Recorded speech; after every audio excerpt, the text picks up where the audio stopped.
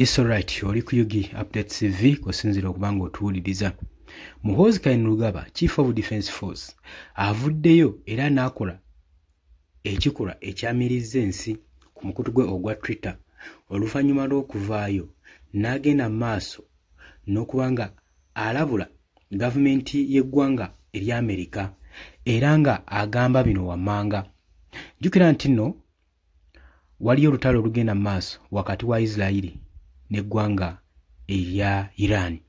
Olutalo luno terutwaliramu nsi zokka zobbiri, wabula n'abomunywanyi ab'omukago.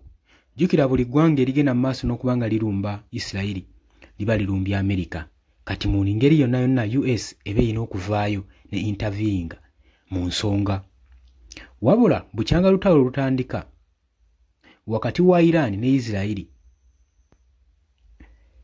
America ebadde ekipinze silent nga tenna taking action yadde n'omulundi n'ogumu, era ng'ensonga zino ebadde ezeesudde muguluka ng'olutalo newankubadde yo Israeli yaladde mazo kirangirira ng'egamba nti nno ekijja kijje, what come May, twalumbye tetugenda kubanga tudda mabega. Newankubadde Israeli egenda mu maaso n'okubanga ebwatula ebibuga ebiri mu Iran, tekikola nnyo mawulire nga Iran kubwatula ebibuga bya Israeli kubanga ekyo kibadde tegisuubirwa. Kati mu mbeera y'okudeployinga drones ennyingi saako n'ebizuuka ebingi mu ggwanga erya Israeli, Amerika etandise okuggyayo enjala n'okulabula naye nga tennateekayo action. Kati wano Muhoozi Kainerugaba bw'avuddeyo n'agamba nti nno ndaba nga US oba Abamerika Trump tebasalawo ate nga tulina okudifendinga eggwanga lya Katonda Israeli.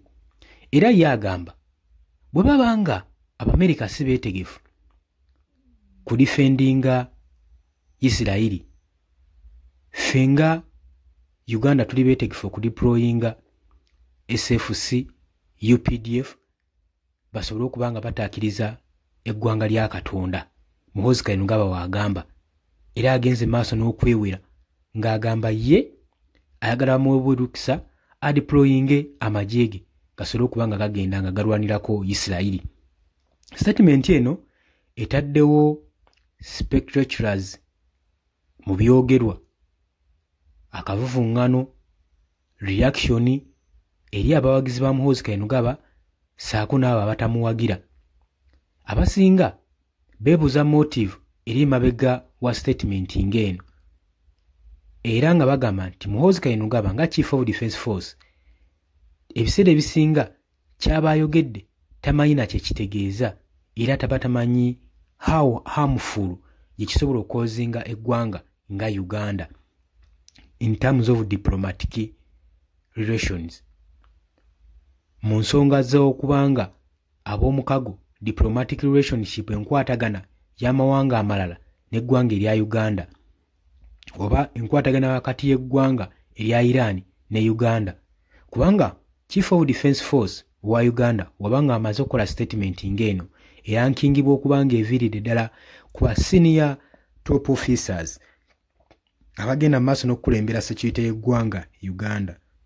Ate ebintu ebiri most considered mu ggwanga ebimu ebisookerako ddala ye security y'eggwanga eyo etwalirwa ddala ng'ekintu ekikulu era eky'omugaso eky'enkizo, era buli information yonna eba efulumyemu eba esaana ekenneenyeze ddala kubanga esobola obbaggulirawo olutalo mu kaseera mpawo kaagwa. Kakati kino eno statement gy'akoze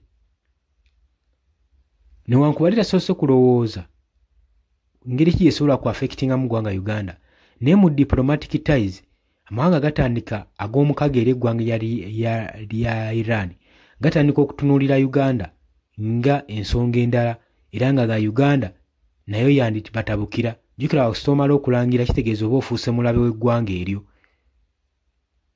olaba obuzibu bw'oba otadde ku ggwanga. So statement ezimu zijjanga ebintu ebyokusaaga naye nga ensonga eri amawanga agamu oba ku ludda olulala. So obanga olowooza ku luuyi olusooka kyandisaanidde n'olowoozaako ne ku luuyi olwokubiri olabe byo binaabeera bitya gwe mukwano gwange mpuliriza. Nyongera okukujukiza oli ku Yugi Updates TV kosinzo bango otuuliriza gwe natanatweyongako kirira wansi waliwo ekigambo subscribe kikoneko obeerenga otwegattako. Abali mu diaspora mbatumiddeko nnyo sibeerabidde. Kati olutalo newankubadde gye Muhoozi Kainerugaba agenze mu maaso n'okubanga yeewera nga wagenda deployinga amagye ge mu ggwanga gasobole okuyambako eggwanga lya Isirayiri okulwanisa eggwanga erya Iran.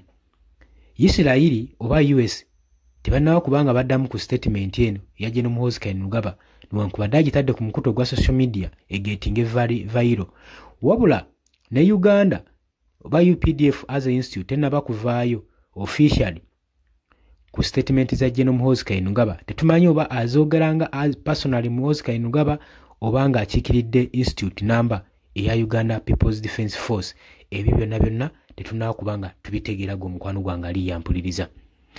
Olowooza otya ku nsonga eno? Osobola okujja mu comment section n'oteekayo endowooza yo.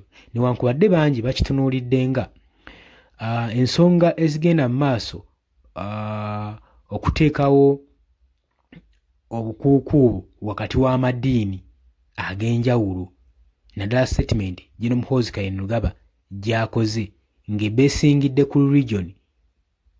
Kitegeeza ki? Muno mwandibeeramu feeling endala mu nsonga zino gwe mukwano gwange ali yampuliriza. Naye naawe olina opinion yo, olina endowooza yo. Osobola okujja n'ogikasukawo n'otangaaza eggwanga ku ki ky'ogirabamu, ku butya ensonga bw'oziraba bwe zigenda maaso mu ggwanga lyattu. Oli ku Yugi Updates TV kutegeeza kirira wansi waliwo ekigambo subscribe kikoneko otwegatteko naye teweerabirako namukadde kakuyambeko nnyo okuleetera notification message gwe mukwano gwange ali yampuliriza.